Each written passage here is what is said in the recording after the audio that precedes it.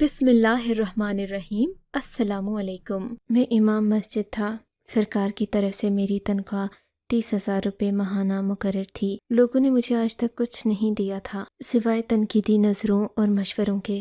میں جب بھی کسی سے بات کرتا مجھے اپنے بارے میں کوئی نہ کوئی نئی بات پتہ چلتی، مگر پھر ایک ایسا واقعہ ہوا جس نے مجھے نہ صرف خود بدل کر رکھ دیا بلکہ بہت سارے لوگوں کے نظریات کو بھی بدل کر رکھ دیا۔ یہ ان دنوں کی بات ہے جب میں امام مسجد کے طور پر نیا فائز ہوا تھا۔ میری بیوی اور ایک چھوٹا بچہ بھی میرے ہی ساتھ رہا کرتے تھے۔ میرا بڑا بیٹا ہاسٹل میں پڑھتا تھا۔ ایک دن شام کا وقت تھا، ہم سب چائے پی رہے تھے کہ باہر کسی کی آواز آئی۔ موسم کچھ ٹھیک نہیں تھا۔ میں خود کمرے سے باہر گیا، دیکھا تو مسجد کے دروازے پر ایک عورت کھڑی تھی۔ اس عورت نے خود کو کالی چادر میں سر سے پاؤں تک ڈھانپ رکھا تھا۔ میری ایک نظر اس کے وجود پر پڑی۔ وہ بے انتہا پرکشش عورت تھی۔ اس کی آنکھیں بہت ہی جھیل جیسی تھیں جبکہ رنگ سورج کی طرح چمکتا ہوا تھا۔ میں اسے دوبارہ بھی دیکھنا چاہتا تھا مگر اپنی ایمان کی خاطر نظریں جھکا لیں اور اس سے پوچھا، جی بہن، آپ کو کیا چاہیے؟ خدا کے لیے مجھے ابھی کھانے کے لیے کچھ دے دو، میرے پیٹ میں چوہے دوڑ رہے ہیں، ساری عمر تمہیں دعائیں دوں گی۔ اس نے بڑی بے تکلفی سے کہا تھا۔ عام خاندانی عورتیں اس لہجے میں بات نہیں کرتیں، لیکن اس عورت کا لہجہ بہت بے باک اور آواز بہت صاف، سریلی اور مترنم تھی۔ میں واپس پلٹا کہ کہیں اس عورت کے ساتھ بے تکلفانہ بات چیت نہ کر لوں۔ اندر کمرے میں آ کر میں نے اپنی بیوی سے کہا کہ باہر ایک فقیر کھڑا ہے، وہ ضرورت مند ہے، اسے کھانے کے لیے کچھ چاہیے۔ اچھی طرح جانتی ہوں کہ وہ عورت ہے، پر مجھے آپ پر یقین ہے، یہ روٹی آپ اسے دے دیجئے۔ میری بیگم زاہدہ نے مسکراتے ہوئے کہا۔ میں گھبراتے ہوئے باہر گیا۔ وہ روٹی اسے تھما دی۔ اس نے ہی دل لگانے والے انداز میں مجھے شکریہ کہا۔ تبھی آس پاس سے گزرتے کچھ لوگ مجھے عجیب نظروں سے دیکھنے لگے۔ ان میں سے ایک آدمی جس کا نام بشیر تھا اور وہ اکثر میرا واز سننے آیا کرتا تھا، میرے ساتھ ہی آ کر کھڑا ہو گیا۔ اس عورت کے جانے کے بعد مجھے حیرت سے دیکھا اور بولا، مولوی صاحب کیا ہو گیا ہے؟ یا تو آپ بہت معصوم ہیں یا پھر لاپرواہ ہیں۔ کیوں بھائی، میں نے ایک فقیر کی مدد کر کے کیا ہی لاپرواہی کر دی؟ میں آپ کو کیا بتاؤں، آپ نے جس کی مدد کی ہے وہ کوئی بھیکارن نہیں بلکہ اس محلے کی بدنام زمانہ طوائف ہے۔ اس نے جوانی میں اپنے باپ کا گھر چھوڑا تھا، کسی عاشق کے ساتھ بھاگ کر آئی تھی۔ وہ عاشق اسے کوٹھے پر بیچ کر چلا گیا اور بس تب سے وہ یہیں پر بیٹھی رہتی ہے۔ میں تو کہتا ہوں کہ آپ ایسے لوگوں سے دور رہا کریں۔ میں نے اس آدمی کو حیرت سے دیکھا۔ میں تو دور ہی ہوں بشیر صاحب، حیرت کی بات ہے کہ آپ اسے پہچانتے ہیں، آپ کو اس کی جوانی کے قصے بھی یاد ہیں۔ بشیر میری بات سن کر بھڑک اٹھا۔ نیکی کا تو زمانہ ہی نہیں ہے، میں تو آپ کو سمجھا رہا تھا کہ آپ شریف لوگ ہیں، اس طرح ایسی عورتوں کے آس پاس مت بھٹکا کریں۔ آپ کو تو پتہ ہے آپ ایک امام مسجد ہیں، ہم سب نے بھروسہ کر کے آپ کو اس مسجد کا امام مقرر کیا ہے۔ بھروسہ کیا ہے تو آپ کو اس بھروسے کو نبھانا بھی پڑے گا۔ آپ نے اس عورت کی مدد کر کے اچھا نہیں کیا، یہ مدد کے قابل نہیں ہے، ایک طوائف ہے، آپ کو یہ بات سمجھنی چاہیے، آپ پر پورے معاشرے کی ذمہ داری ہے۔ یکدم بشیر خود پر بات آتے ہی بدل گیا اور الٹا مجھ پر الزام لگانے لگا۔ اچھا ٹھیک ہے، میں تو اسے کچھ نہیں کہتا، یہ خود میرے در پر چل کر آئی ہے تو میں نے اس کی مدد کر دی، اور یہ ہمارے نبی کی سنت ہے، میں نے کچھ غلط نہیں کیا۔ میری بات سن کر بشیر غصے سے وہاں سے چلا گیا۔ ایسا لگتا تھا کہ بشیر مجھ سے نہیں کیا۔ میری بات سن کر بشیر غصے سے وہاں سے چلا گیا۔ ایسا لگتا تھا کہ بشیر مجھ سے کوئی انتقام لینا چاہتا ہے۔ بشیر کی نظروں میں میرے لیے انتقامی جذبات ہی نہیں بلکہ بے پناہ غصہ بھی تھا۔ میں نے آج تک کسی کو اس طرح کھل کر جواب نہیں دیا تھا، لیکن خوامخواہ ایک عورت کی تصحیق کرنا مجھے بھی پسند نہیں تھا، بھلے وہ طوائف ہی تھی، لیکن مجھے اس کی مدد کر کے کوئی نقصان نہیں پہنچا تھا۔ میں اندر اپنے کمرے میں آ گیا۔ مجھے میری بیوی نے کہا کہ آپ نے ایک ناجائز کام کرنے والی عورت کی مدد کی ہے، اب آپ سنبھل کر رہیے گا، لوگ آپ کو بھی پھنسانے کی کوشش کریں گے۔ بشیر آپ کو سمجھا رہا تھا، آپ نے الٹا اس پر ہی بات کر دی۔ مجھے لگتا ہے کہ اب وہ آپ سے بدلہ لے گا۔ بیگم کی بات سن کر مجھے ذرا بھی ڈر نہیں لگا، نہ ہی مجھے فکر ہوئی، کیونکہ میں جانتا تھا کہ بشیر جو بھی کر لے مجھے تب تک نقصان نہیں پہنچا سکتا جب تک میرے رب نے نہیں چاہا۔ لیکن رفتہ رفتہ یہ بات سارے محلے میں پھیل گئی، دروازے پر آ کر کھڑی ہو جاتی اور مدد مانگتی۔ اب مجھے یہ بات کھٹکنے لگی تھی کیونکہ وہ کبھی بھی اس طرح بنا اجازت کے میرے گھر کے باہر نہیں آیا کرتی تھی، لیکن آج کل اس کے چکر کچھ زیادہ ہی لگنے لگے تھے۔ مجھے میری بیوی نے کہا کہ ہو سکتا ہے کہ وہ آپ کو جان بوجھ کر پھنسانے کے چکر میں ہو۔ ایسی عورتیں نیک شریف مردوں پر ڈورے ڈالتی ہیں تاکہ ان کی شہرت اور ان کی عزت کو بھی خراب کر سکیں۔ میں نے اپنی بیوی کی بات کان پر دھری تھی کیونکہ میں کسی بھی صورت اپنی بدنامی نہیں چاہتا تھا، سو میں نے اس نیلم نامی عورت سے صاف صاف بات کی۔ میں نے کہا دیکھو بیوی، تمہیں صرف اور صرف روٹی سے قرض ہے۔ اس نے ہاں میں سر ہلایا۔ تو وہ تمہیں آئندہ یہیں سے مل جایا کرے گی، تم اس جگہ سے آ کر لے لینا۔ میں نے اسے مسجد کے ساتھ ہی بنی ایک خفیہ جگہ دکھائی جہاں پر ہم کھانا کھڑکی کے اندر سے رکھ دیتے اور وہ باہر سے اٹھا کر لے جاتی۔ اس دن کے بعد سے نیلم نے مجھ سے کوئی بات نہیں کی۔ نیلم جب بھی آتی ہمیں پتہ چل جاتا تھا کیونکہ وہ اللہ تعالیٰ کی قسمیں کھا کر ہمیں دعائیں دیتی۔ ایک دن میری بیوی کہنے لگی، سنیے، اگر یہ عورت طوائف ہے اس کے گاہک بھی ہوں گے۔ میں نے تو سنا ہے کہ طوائفیں ایک دن کا 5,000 روپے کماتی ہیں، پھر یہ کیسی طوائف ہے؟ اس کے پاس تو کھانے کے پیسے بھی نہیں ہوتے، یہ روز ہم سے آ کر کھانا مانگتی ہے۔ بیوی کی بات سن کر مجھے بھی احساس ہوا کہ شاید وہ صحیح کہہ رہی ہے۔ ہو سکتا ہے کہ نیلم بی بی جان بوجھ کر مجھ سے باتیں کرنے آتی ہو تاکہ مجھے محلے میں بدنام کر سکے، لیکن وہ ایسا کرے گی کیوں؟ میں نے اس کا کیا بگاڑا تھا جو وہ کوئی بھی ایسی بات کرتی جو مجھے نقصان پہنچاتی؟ میں تو ہمیشہ اس کی مدد کرتا آیا تھا۔ خیر، اب تو میں دروازے پر بھی نہیں جاتا تھا۔ میں نے اپنی بیوی سے کہا کہ وہ مطمئن رہے اور کبھی بھی نیلم بی بی کے سامنے نہ آئے۔ خدا نخواستہ اسے واقعی میں پیسوں کی کھانے کی ضرورت ہو، ہم اسے دھتکار دیں تو بھی اچھی بات نہیں، اور اس کے ساتھ زیادہ تعلقات بڑھائیں گے تو بھی مسئلہ ہے۔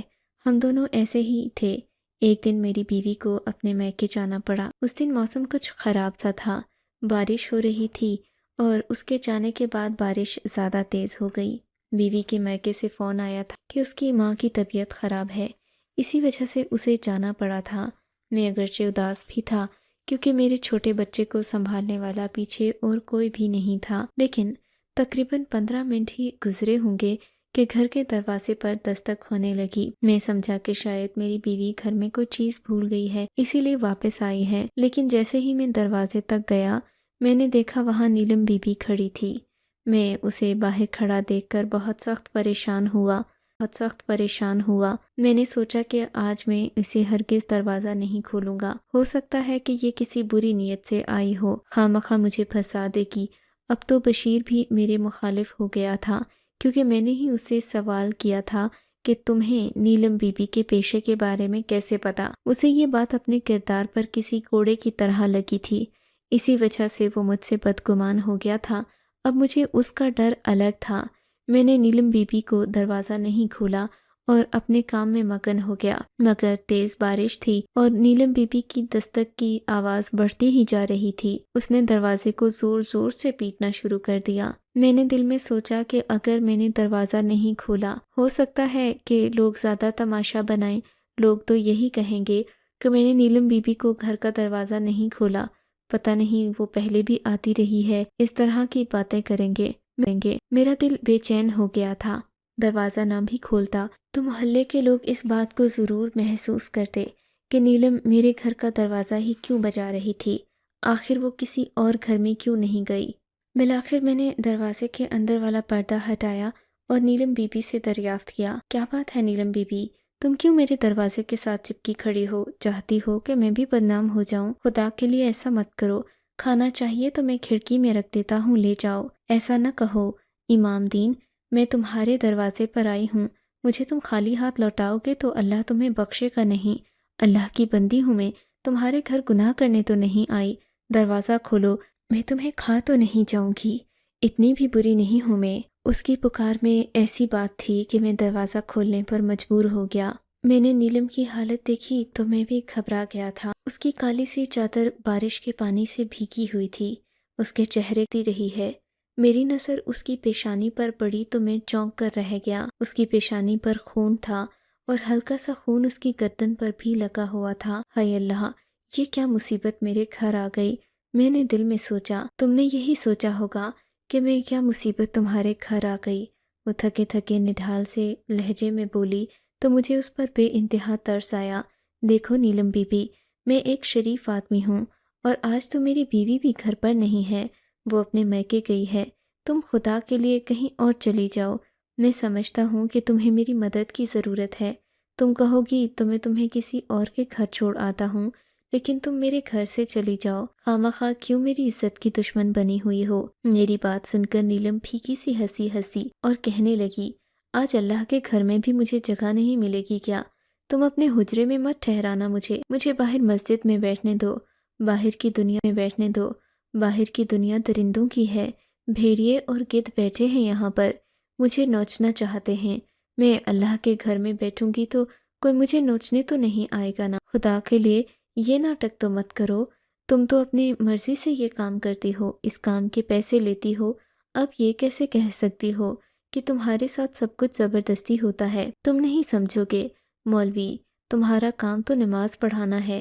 تم نے کب آ کر لوگوں کے دلوں میں جھانکا کہ انہیں کیا مشکلات ہیں؟ بارش مزید تیز ہو رہی تھی، مجھے ڈر تھا کہ کہیں مسجد میں کوئی نہ آ جائے، پھر اگر کسی نے مجھے نیلم بی بی کے ساتھ اکیلے بیٹھے دیکھ لیا تو میری عزت تو خاک میں ہی مل جائے گی۔ ادھر میرا بچہ بھی رونے لگا۔ نیلم بی بی دروازے میں ہی کھڑی تھی۔ میں اپنے بچے کو فیڈر بنا کر دینے کے لیے اندر کمرے میں آیا۔ میری نظر پیچھے پڑی، میں نے دیکھا کہ نیلم بی بی وہاں کھڑی تھی۔ میں نے اپنا سر پیٹ لیا۔ نیلم بی بی وہاں کھڑی تھی۔ میں نے اپنا سر پیٹ لیا۔ نیلم بی بی، تم کیوں مجھے مروانے پر تلی ہو؟ کیوں اندر آ گئی ہو؟ خدا کے لیے چلی جاؤ۔ اس سے پہلے کہ میں کچھ اور کہتا، نیلم بی بی سامنے بستر پر بیٹھ گئی۔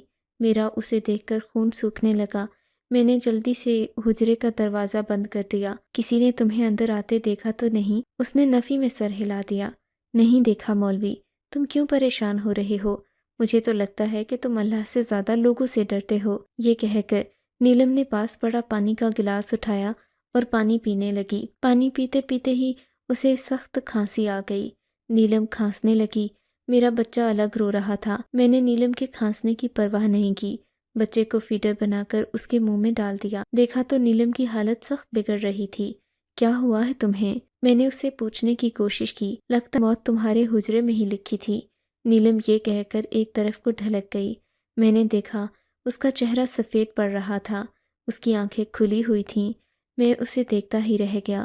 اس کی آنکھوں میں ایسا غم اور اداسی تھی کہ میری آنکھیں بھی نم ہو گئیں۔ میں نے دیکھا نیلم کی حالت خراب تر ہوتی جا رہی تھی۔ باہر جا کر لوگوں کو بلاتا، ڈاکٹر کو بلاتا، کیا کرتا؟ میں ہر طرف سے گھرا جا چکا تھا۔ میں نے نیلم کو ہٹانے کی بھی کوشش نہیں کی۔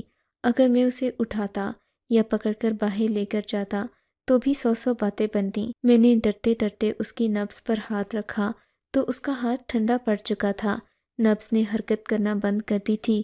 نیلم کی موت واقع ہو چکی تھی۔ میں پھٹی پھٹی آنکھوں سے اسے دیکھنے لگا۔ ایک جوان بھاری بھرکم عورت کو اپنے گھر سے اٹھا کر باہر بھی کیسے لے کر جاتا جبکہ اس کی جان نکل چکی تھی؟ سوچیں گے میرے بارے میں، اللہ تو ہی میری عزت رکھنے والا ہے۔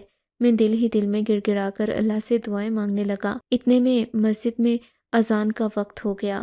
لوگوں نے مسجد میں آنا شروع کر دیا۔ 2-4 لوگ تو میرے حجرے کی طرف بھی آ گئے۔ ایک نے دروازے پر دستک دے کر پوچھا، مولوی صاحب خیریت تو ہے؟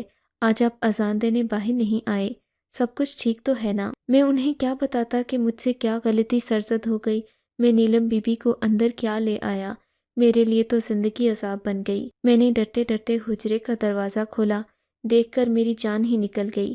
سامنے تو بشیر کھڑا تھا۔ یا خدایا، بشیر تو میرا پرانا دشمن تھا۔ اس نے تو مجھے پہلے دن ہی نیلم بی بی کو روٹی دینے سے منع کیا تھا۔ آج جب کہ وہ دروازے پر کھڑا ہے اور نیلم کا لاشا اندر پڑا ہے، میں اسے کیا جواب دوں گا؟ میرا دل کانپنے لگا۔ بشیر کی نظر خود ہی کالی چادر والی نیلم پر پڑ گئی۔ یہ وہی ہے نا؟ میں نے کیا کہا تھا مولوی صاحب کہ ایک دن آپ بھی اس کے چنگل میں پھنس جائیں گے؟ بالآخر وہی ہوا جس کا مجھے ڈر تھا۔ یہ عورت ہی ایسی ہے۔ بکواس بند کرو، تم لوگ کتنے سنگ دل اور بے حس ہو۔ کیوں؟ اب تمہیں بھی اس سے عشق ہو گیا ہے؟ بشیر ہنسنے لگا۔ مجھے اس سے کیا عشق ہونا ہے، میں تو اسے اپنی بہن سمجھتا ہوں۔ تمہاری بہن ایسی ہو خدا نہ کرے، بشیر نے مجھے دھتکارتے ہوئے کہا تھا۔ اتنے میں 5-6 لوگ اور میرے حجرے پر جمع ہو گئے۔ کیا بات ہے بشیر، کیوں مولوی صاحب کو تنگ کر رہے ہو؟ میں تنگ کر رہا ہوں؟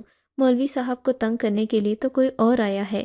بشیر ہونٹوں پر زبان پھیرتے ہوئے بولا، مجھے اس کی یہ حرکت بہت بری لگی، لیکن میں ضبط کر گیا، خاموشی سے کھڑا رہا۔ میں نے ان لوگوں سے کہا کہ مجھے مسجد میں ایک ضروری اعلان کرنا ہے۔ بشیر بھی اپنی جگہ پر کھڑا ہی رہ گیا۔ میں نے جا کر نیلم طوائف کی موت کی خبر اعلان کی صورت میں بیان کر دی۔ بشیر تو پھٹی پھٹی آنکھوں سے مجھے دیکھتا ہی رہ گیا۔ سب لوگوں کو پتہ چل چکا تھا کہ نیلم طوائف اس دنیا سے جا چکی ہے۔ بشیر کو کچھ خاص دلچسپی تھی۔ مولوی، وہ تمہارے گھر میں مر گئی، تمہارے سامنے، ضرور تم نے ہی کچھ کیا ہوگا۔ میں تو اس کی باتوں پر حیران تھا۔ میں نے نظر انداز کیا اور لوگوں سے کہا کہ نیلم کے کفن دفن کا انتظام کیا جائے۔ بشیر کے چہرے پر عجیب سی کیفیت تھی، جیسے اس کا انتقام پورا ہو گیا ہو، لیکن نیلم کو موت کے منہ میں پہنچا کر اس کا کون سا انتقام پورا ہونا تھا؟ وہ پھٹی پھٹی آنکھوں سے دیکھ رہا تھا سب کچھ۔ اب سب لوگ اکٹھے ہو گئے تھے، لیکن کوئی بھی نہیں مان رہا تھا کہ نیلم کا جنازہ پڑھایا جائے۔ نیلم ایک ایسی عورت تھی جسے صرف اس کے گناہوں کی وجہ سے جانا جاتا تھا۔ سب لوگوں نے مجھے منع کر دیا کہ ہم اس کا جنازہ نہیں پڑھیں گے، ویسے بھی ابھی بارش ہو رہی ہے۔ کچھ لوگوں نے بارش کا بہانہ کر دیا، لیکن میرے کچھ طالب علم تھے جو میری ہر بات پر آنکھ بند کر کے یقین کرتے تھے۔ میں نے سوچا کہ میں انہیں بلا لیتا ہوں، وہ کبھی بھی مجھ سے سوال نہیں کریں گے کہ میں کس کا جنازہ اور کیوں پڑھا رہا ہوں۔ میں نے اپنی بیوی کو بھی اپنے میکے میں اطلاع کر دی۔ وہ بھی آنا چاہتی تھی، لیکن اس کی اماں کی طبیعت خراب تھی۔ اس نے کہا کہ وہ رات تک آئے گی۔ میں جانتا تھا کہ اس سارے معاملے میں میری بیوی کے علاوہ کوئی میرا ساتھ نہیں دے گا۔ اصل معاملہ حل ہونا تو باقی تھا۔ میری بیوی کے دل میں نہ جانے کیوں نیلم کے لیے ایک دم سے نرمی آ گئی تھی۔ کہنے لگی، مجھے بھی آپ کو نیلم کے بارے میں کچھ بتانا ہے۔ میں رات تک آ جاؤں گی، آپ کچھ بچوں کی مدد سے اسے دفنا دیں۔ وہ گنہگار نہیں ہے جتنا ان لوگوں نے اسے بنا دیا ہے۔